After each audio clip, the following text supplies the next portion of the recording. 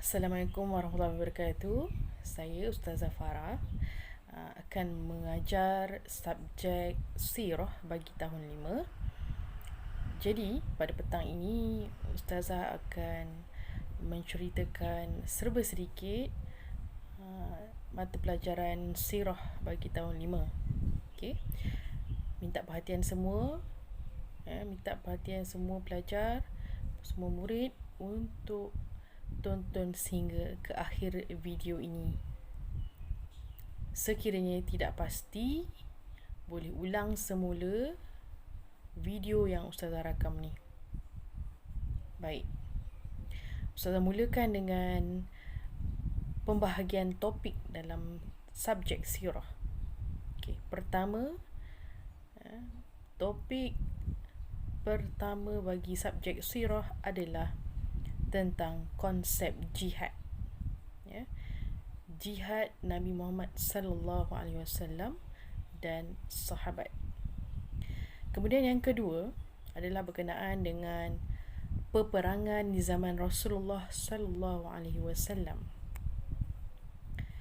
Diikuti dengan topik yang ketiga adalah berkenaan dengan perjanjian Hudaibiyah. Yang keempat, pembukaan kota Mekah. Yang kelima, peristiwa kewafatan Nabi Muhammad sallallahu alaihi wasallam. Yang keenam, penentuan khalifah pertama di dalam kerajaan Islam. Okay, ada 6 topik yang perlu kita cover dalam mata pelajaran sirah bagi tahun 2021. Harap semua murid maklum dengan tajuk-tajuk dan topik yang penting perlu kita pelajari dalam tahun ini, insya-Allah. Okey. Kita pergi kepada tajuk yang pertama. Okey. Iaitu topik yang pertama adalah berkenaan dengan jihad Nabi Muhammad sallallahu alaihi wasallam dan sahabat. Baik, saya terangkan maksud jihad.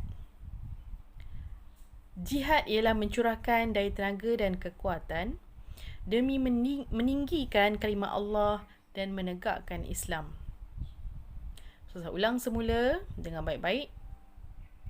Maksud jihad ialah mencurahkan daya tenaga dan kekuatan demi meninggikan kalimah Allah dan menegakkan Islam. Saya teruskan kepada dalil di dalam konsep jihad ini. Dalil yang diambil adalah berdasarkan surah Al-Hajj ayat 78 yang membawa maksud, dan berjihadlah kamu pada jalan Allah dengan jihad yang sebenar-benarnya. Dialah yang memilih kamu, yakni untuk mengerjakan suruhan agamanya, dan ia tidak menjadikan kamu menanggung sesuatu keberatan dan susah payah dalam perkara agama. Saya boleh terangkan dalam melalui dalil ini ialah Allah telah jadikan kita sebagai manusia adalah untuk mengabdikan diri kepada Allah. Jadi salah satu perkara yang menunjukkan kita mengabdikan diri kepada Allah ialah solat. Dalam menunaikan solat, ada perkara yang perlu kita korbankan. Sebagai contoh, bagaimana keadaan kita ketika bangun pagi waktu subuh. Waktu bangun untuk solat subuh, apa yang perlu kamu korbankan? Untuk bangun pagi tersebut bukanlah perkara yang mudah, betul? Ia merupakan satu jihad melawan hawa nafsu kita. Okay? Itu contoh paling dekat dengan kita lah. Jadinya, kita bangun, ambil wuduk dan menunaikan solat subuh. Itu adalah jihad kita.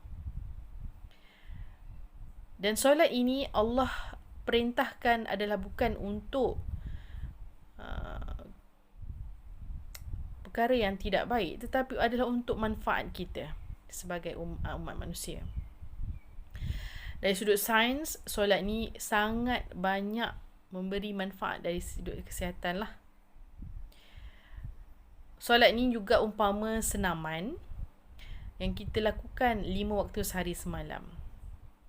InsyaAllah dengan solat ini dapat menyihatkan tubuh badan, insyaAllah, dengan izinnya. Jadi untuk hari ini dan untuk petang ini, Ustazah terangkan konsep jihad dan juga dalil jihad dalam topik yang pertama. Ustazah minta untuk kamu ingat maksud jihad ini. Kamu ulang-ulang dan ulang. Boleh dengar semula rekod video Ustazah ni. Dan cari satu buku khas dan pensel untuk kamu salin semula apa yang kamu telah hafal tadi. Okay? Sebagai tanda kamu ingat apa yang telah dipelajari pada petang ni. Okay? Itu saja daripada Ustazah Farah. Assalamualaikum warahmatullahi wabarakatuh.